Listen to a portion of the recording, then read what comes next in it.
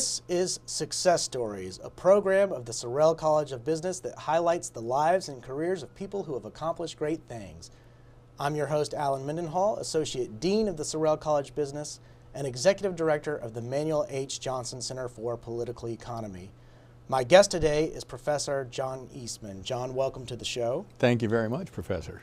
Until recently, John, your career was widely considered a success. You held an endowed chair at Chapman University Fowler School of Law with a strong record of scholarship. You were an effective dean of that school. You were the founding director of the Center for Constitutional Jurisprudence at the Claremont Institute. You hold a doctorate in government from Claremont Graduate School and a law degree from the University of Chicago. You clerked on the Fourth Circuit and for the United States Supreme Court. You were an attorney with Kirkland and Ellis and a regular contributor to national media both in print and on television. You ran for Attorney General of California. You ran for Congress. What has happened over the last few years? Well, I received a call from President Trump to represent him in the Supreme Court of the United States in some of the election challenges. And of course, what is the old line from the movie? Something happened on the way to the forum, funny thing. I got caught up and became a central figure in the challenges to highlight the illegality that occurred in the 2020 election. And that confronts a narrative that is put out by people in control of this government that they don't want to hear. And so it's been quite a roller coaster ride ever since. The controversy centers on advice that you gave to the president regarding the power or authority of Mike Pence to unilaterally reject certified state electors. And do you still believe that Vice President Pence had that authority? Well, I never gave that advice. Other people had talked about his authority simply to reject. I was always of the position that because the alternate slate of electors that had voted for President Trump had never been certified by any court or any legislature, that what he should do is accede to requests from state legislators to give them a little bit more time, now that they were back in a session, to assess what everybody acknowledged was illegal conduct of the election and trying to determine whether that had an impact. That was the advice I had given to the president, and also petitioned the vice president to take seriously that point, to try and put things to rest, to actually get an investigation that we weren't getting anywhere else. And I still believe, so the language of the 12th Amendment on which this advice was based is ambiguous. The vice president clearly opens the certificates in the presence of the House and Senate, and then they shall be counted. It shifts to the passive voice. And so throughout our history, we've never settled who actually does the counting. But most of the scholarship, implicit in his authority to open and implicit in his authority to count, is the ability to make judgments about the validity of those electoral votes. And what we were asking is he send it back to the state legislatures, who have clear authority to direct the manner of choosing electors, to determine what to do about the illegality. So what would have happened if that process had played out, if the vice president had acted differently? Because the inauguration was, what, January 20th or something like that? What would have happened in that period? Well, I think the letter that came in from the President pro tem of the Pennsylvania Senate is most enlightening.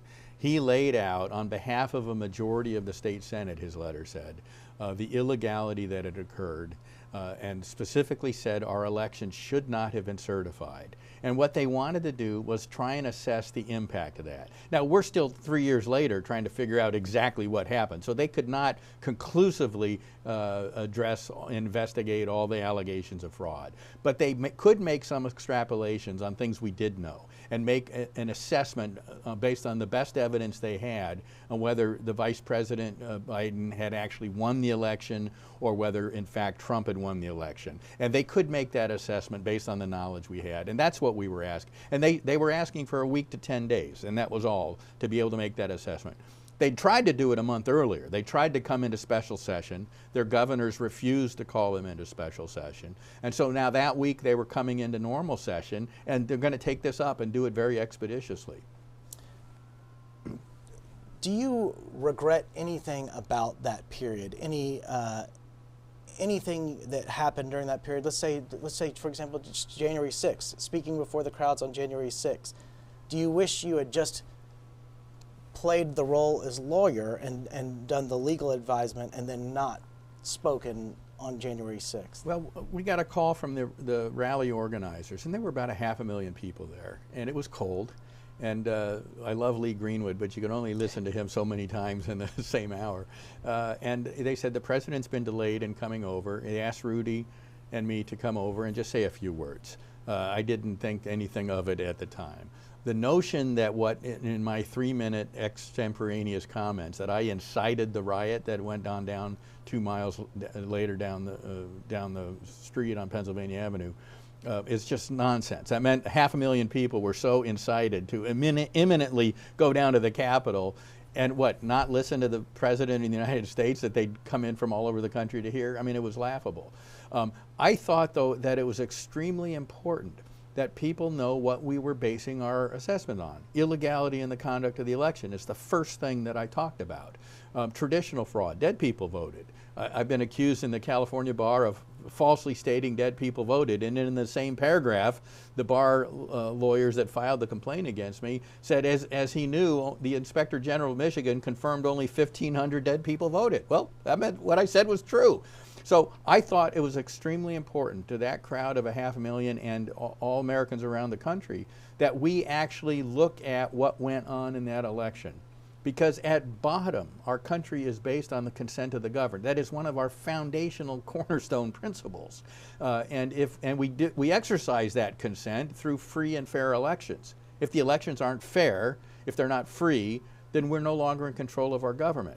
People have said, well, keep continuing to talk about the illegality in the election, you're undermining democracy. And I immediately respond, I said, it's not undermining democracy to highlight illegality in the election. It's the people that are conducting the illegality that are undermining our election. And I think we have to air that. It remains a scab on our body politic, and that needs to be addressed if we're ever going to heal. And it has not been addressed. And my mission is to make sure that people address it. What's the basis of the grievance filed against you in the California State Bar? So laughably, they said I didn't honor my oath to uphold the Constitution, which in fact that's everything I did. And if you look at my memo laying out the different scenarios, which was just an internal brainstorming document, by the way, but on the scenario that was actually the advice I gave, it was to send it back to the state legislatures to assess the impact of the illegality. And then the memo quite specifically says, if in fact they determine that Biden won, or that we cannot determine who actually won, and they recertify Biden, and in big bold letters, Biden wins. That's in my memo. But if in fact they can determine beyond reasonable doubt, or at least by a preponderance of the evidence, that in fact Trump won, then in order to give effect to the will of the voters, then he ought to be certified to be the candidate that was elected by the people. So they claim I undermine the Constitution by insisting that we follow the Constitution. It's a rather bizarre argument. Well, and do you think it broadens the scope of potential grievances filed against other attorneys if you are in good faith giving legal advice regarding a constitutional matter, and then somebody files a bar complaint on the basis of what you in good faith believe to be sound legal advice? Yeah, it's a dangerous, and we don't have to speculate that that's what their goal is. The head of the 65 Project, who's one of the organizations bringing these bar complaints against lawyers all over the country, has specifically said our goal is not just to have them disbarred, but to make them so toxic in their firms and their communities that right-wing legal talent will never take on these kind of election challenges again. I mean, think about what that means. Our adversarial system of justice ensures that we have the ability to raise illegality and press the issues forward. If you prevent one side of any dispute from weighing in the courts of law, you no longer have an adversarial system of justice, and you will have cleared the path for future election illegality and fraud without anybody daring to challenge it. What about this notion of a peaceful transition of power? I'm sure you've heard many times people accusing you of, at a minimum, maybe you didn't do anything illegal, you didn't do anything wrong, but people might say, well, there's still a tradition of the peaceful transition of power that goes back to George Washington, and that there are precedents that ought to have been followed in that regard. Well, there's no question there should be a peaceful transition of power, and I was quite vocal against those that engaged in violence in a riot that got out of control, a protest that got out of control and became a bit of a riot on January 6th. But that's not what we're talking about. What we're talking about here is challenging illegality that may have prevented the actual winner from the election from being, from getting transitioned to himself for a second term. Peaceful transition of power implies that the election was fair and that the person that we're transitioning power to actually won the election. That's what remains in dispute. It's not a peaceful transition of power. It's not a transition, a valid transition of power, if in fact the guy that's being installed did not win the election.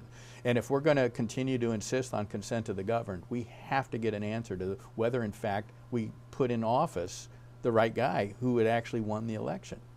Well, and you've been fairly vocal. You've done interviews, you've done national interviews. Typically in criminal cases, the client is advised not really to speak, not to give interviews, not to say, but you are a law professor and know your case very well, and you've been very vocal. What has motivated you to do that? What is the strategy behind that? So yeah, my defense lawyers, and I've got lawyers working in Georgia, in New Mexico, in California, in New York, and Washington, D.C., and Boston. I mean, we got quite a team. It's very expensive. In fact, if anybody on your audience would like to help with that legal defense, I think the video is going to have the link to my legal defense fund site. But they immediately told me that what the standard line is, be quiet, don't say anything. And I quickly realized that this fight had very little to do with the law. The law is being distorted and stretched in a way to get Trump and anybody near him. That this was a political battle. And for us not to be talking in the political arena, on media, publishing, whatever, would be to cede the main battlefield in this war. And so not only did I determine that I should be doing that, but my lawyers all came to the same conclusion relatively quickly that needed to be done. And so I've been out there, which of course puts a bigger target on my back, because with my credentials, my experience, my 200 over cases that I've been involved with in the Supreme Court, my former deanship, my Supreme Court clerkship with Justice Clarence Thomas, I'm a guy that has a lot of credibility saying these kind of things, and it's not so easy to write it off, and so they have to destroy me. And that's what they're trying to do, and that's why I'm calling on people to help me stay in the fight, because the LA Times wanted to do a human event story on me and my family over Christmas, talking about how depressed we were and how devastated we've been by all this. And they asked me that question. I said, I don't know what you're talking about. Our country's on a precipice about whether we're going to continue to be a country with freedom or not. And for whatever reason, I've been cast into a leading role in that fight. It's one of the greatest honors of my life to be able to engage in that fight and to have the experience and the credentials and the skills to be able to engage in that fight. Because this is the fight for our time. It's comparable to the fight that our founders had against the tyrannical government in 1776. These are the kind of things that people rise to the occasion and embrace to fight for freedom, and that's what we're doing. Have you lost friends over the last couple of years? I've lost friends of people, the Never Trump crowd in particular. It's like a disease. They can't see straight. But I've gained, I think I've got almost 10,000 donors to my legal defense fund, people I've never met. That's little old ladies on Social Security that send in a $5 check and write, I wish I could send you more, but I'm on a fixed income. Or people just out of the blue send me $10,000 to help with the legal defense because I'm standing for exposing the truth of what happened in 2020 so that we can make sure it doesn't happen again. If we lose the ability to have free elections, we lose our ability to control our government. We no longer are citizens. We become subjects of an oppressive government. That's a fight worth having, and overwhelmingly people are waking up to that fight and supporting those that are on the front lines. Hillary Clinton said of the 2016 election, which of course she lost, that there's a lot that I think will be revealed. History will discover you don't win by 3 million votes and have all this other shenanigans and stuff going on and not come away with an idea like, whoa, something's not right there. She suggested that Russia interfered in the election. We know that Russia did interfere with the election, but we don't know whether that interference was outcome determinative. We don't know the extent of it. Stacey Abrams, who lost the Georgia gubernatorial election to Brian Kemp in 2018, alleged the election was, quote, stolen, quote, rigged, quote, not free or fair. Why did the media and legal profession, including government attorneys, treat these claims differently from yours or President Trump's? Well, I think the difference is our claims were true and theirs were false, which means that they ought to be the ones investigated, not me, if we're going to have a fair, equal justice before the law system. But it's also highly partisan. Look, the Department of Justice, the upper echelons of the Department of Justice are highly partisan. We know, for example, on Hillary's false claims of Russia collusion, which claims were produced with funding that she laundered through her law firm, and the DNC, the Democrat National Committee, laundered through her law firm to create this false narrative. We know that was false. We know that officials in the Department of Justice and the FBI doctored evidence to get a FISA warrant, Foreign Intelligence Surveillance Act warrant, on their opposing political campaign, and spy on him during the campaign, continue to spy on him after he was elected, and continue to spy on him even after he was inaugurated. This is the greatest political scandal in our nation's history, and yet because of the partisan politics of those involved in supposedly investigating it, it has been shuffled under the rug. Is it frightening to face criminal charges? Do you feel afraid? Do you lie awake at night and worry about prison or what may happen in the future? Well, I long since came to peace with the deck of cards I've been dealt, the hand I've been dealt. I'm fairly convinced that if the truth prevails, if we have an honest jury in Georgia, that no conviction will, because quite frankly the charges are frivolous and ought to be brought. After a couple of people entered pleas to avoid the millions of dollars in legal fees that would take, I got a request from a reporter whether I would consider such a plea, and I said, yeah, I'd consider a plea. Here would be the terms. They drop all charges against me because they're frivolous, and I won't file a malicious prosecution suit against them. And then I also offered to testify truthfully, either for the state or any of the defendants, because I would say the truth, and it would vindicate everything that was done in the course of that election. So if we have a fair justice system, I don't worry about it. If we don't have a fair justice system, the things to worry about are much bigger than what happens to me. Well, let's go back and talk about something else. Not many people are asking you about your period as a dean of a law school and how that went, and the fundraising prowess that you demonstrated as a dean, and how much that law school grew during your tenure. So we were a relatively new law school when I became dean in 2007. We'd only been in existence for a decade. We were struggling in the bottom tier of accredited law schools in the country, and a new law school was about to open down the road from us at the University of California, Irvine. And because it was University of California, it would immediately make a big splash. And we determined that if I didn't get us out of the bottom tier and maybe into the top 100 before they opened, we may just be stagnated into that lower ranking. So we were 168th when I took the deanship, and law deans claw to pick up 3 or 4 slots in the rankings in any given year. In my 3 years as dean, we went from 168 to 93rd, made it into the top 100 before I stepped down. That was extraordinary. One of the deans of one of the other Southern California law schools, called me and congratulated me on my first hire, a Nobel Prize winner, Vernon Smith. We'd hired away from George Mason. And he said, "You have no idea how difficult you've just made my life." I said, "What are you talking about? You're one of the top 20 law schools in the country." He said, "Yeah, but every dean's meeting, our president of the university asks us how many Nobel laureates we've been soliciting. And I finally, last month, convinced him there were no Nobel Prizes in law, so it's not possible to get anybody on a law faculty. And then you hire Vernon Smith, a Nobel laureate in economics, on your law faculty. It's made my life very difficult," he said. No, it was quite a successful run. Well, Vernon Smith is an amazing man. He's still kicking. I see on Facebook and other sort of fora that he is out there giving speeches, traveling the country, and he's 90-something. I think he's late 90s. Energizer Bunny, both he and his wife, and they're delightful people, and I was just honored to be able to bring them to Chapman.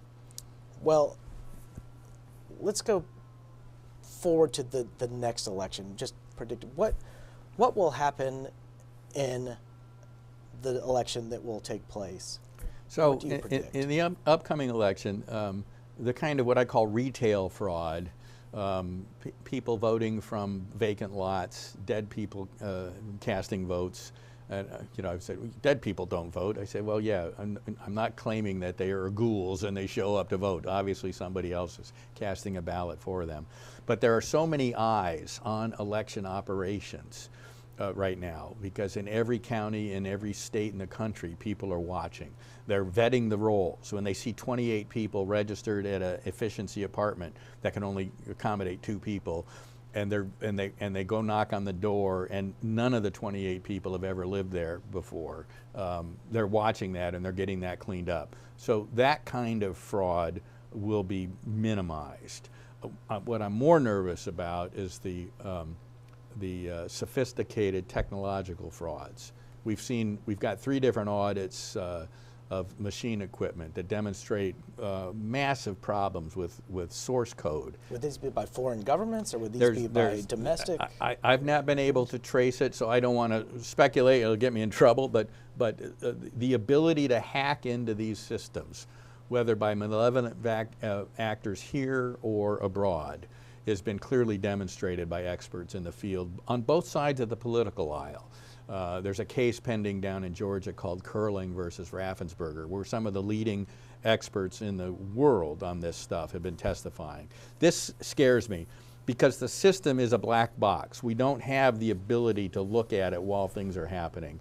And the system seems in the code designed to allow people to go in and make vote changes and then delete the log entries where that happened. The log is not a true log. It's a text code that can be altered, and then back out and then re-encrypt, and nobody can confirm it after the fact. This is what scares me. And until our government investigative bodies actually get to the bottom of that, I don't think we can be confident in the validity of elections. I hope we get that fixed in the next 6 months, because if we have another election scandal in 2024 like we had in 2020, God help us, because I think people have about had it with being fed lines of bull that they know are lines of bull. Do you think if President Trump were reelected that he would grant you a pardon? Well, the biggest threat to me right now is in Georgia, which is a state proceeding. The president doesn't have any authority for that. Neither does the governor of Georgia. There's a special pardon committee. But I don't think we're ever going to get to that. The federal charges against President Trump in D.C., I think will eventually get thrown out on a couple of grounds. One, the special prosecutor has no lawful authority to have been appointed. I think that's quite clear. Former Attorney General Ed Meese weighed in with a brief along with Steve Calabresi on that score. I think they're right about that. He was not president appointed, Senate confirmed, and he was not even in a position where president appointment, Senate confirmed, and yet he's exercising this awesome prosecutorial authority. The president's immunity claims, I think, are very strong. But also, and the Supreme Court has taken this issue up in one of the J6er cases, this creative, expansive interpretation of the obstruction of an official proceeding statute that they're using against the J6 defendants, and one of the key charges against President Trump in the indictment that Jack Smith brought against him. That's an old mob witness intimidation statute. It was expanded to prevent, after Enron, to prevent companies from destroying documents that were about to be, on which they were about to be prosecuted. They have distorted that statute out of recognition to apply to a peaceful protest that got out of control in Congress, as if there was some obstruction of official proceeding in the way that statute covers. And I'm fairly confident the Supreme Court's going to say you can't distort these statutes beyond their recognition in order to go after your political opponents. Are you still working with the Claremont Institute? I am. I'm a senior fellow at the Claremont Institute, and I continue to be the founding director of its Center for Constitutional Jurisprudence. In that capacity, we support, we've got lots of litigation going on right now that we support. One of my favorites on the question of courage and standing up against tyrannical government is by a young man named Jaden Rodriguez. You may not know his name, but I'll bet you know his story because it went viral. Jaden's the 12-year-old in Colorado Springs who had a Gadsden flag patch on his backpack. And the teacher told him it had to, or the vice principal told him it had to be removed because it was a symbol of slavery. And he quite rightly pointed out to them, no, it was a symbol of defending against freedom, against government tyranny. Well, he was suspended from school for having that patch. And they reached out to me, and we're representing him. I mean, this is a 12-year-old who has more courage than most of the people I deal with on a daily basis. And it gives me encouragement that people in the next generation seem to understand what's going on, and they are educating themselves to be able to deal with it. This is a generation that I'm going to be happy to pass the baton to if they continue in the mold of Jaden Rodriguez. Well, I've noticed that the Claremont Institute has grown bolder over the last few. I think when I noticed sort of a marked change was around 2016 when National Review ran sort of an anti-Trump issue devoted specifically to that, and many of the Claremont people stood up for Donald Trump, and that to me marked a shift, and at least to me as an external outside observer, and sort of the Claremont Institute's positioning. Is that a fair read? It's not so much a shift in their positioning, but there was a circumstances that required them to weigh in. You know, I mean, remember, the full name of the Claremont Institute is the Claremont Institute for the Study of Statesmanship and Political Philosophy. And in calm times, we get to focus more on the political philosophy. But in contentious times, one has to focus more on the statesmanship side of that. Our heroes at the Institute are Winston Churchill and Abraham Lincoln, as well as the American founding generation. And so the question is, were we confronted with such a time? And was Donald Trump such a person? Now, people are going to say, you're comparing him to Lincoln and Churchill. No, I'm not. But what the situation that we were confronted with, and the deep state mentality of Washington, this what I've called an authoritarian move or an Orwellian move. We're the government, we've spoken, you just have to bend the knee and listen, whether it's CRT or transgender in our girls' showers, or the election. Trump was willing to fight back like a punch-drunk boxer, and that's what we determined was necessary for the moment. Well, John, thank you for joining us in these contentious times. Thank you very much, Alan. This has been Success Stories. I'm your host, Alan Mendenhall. Until next time.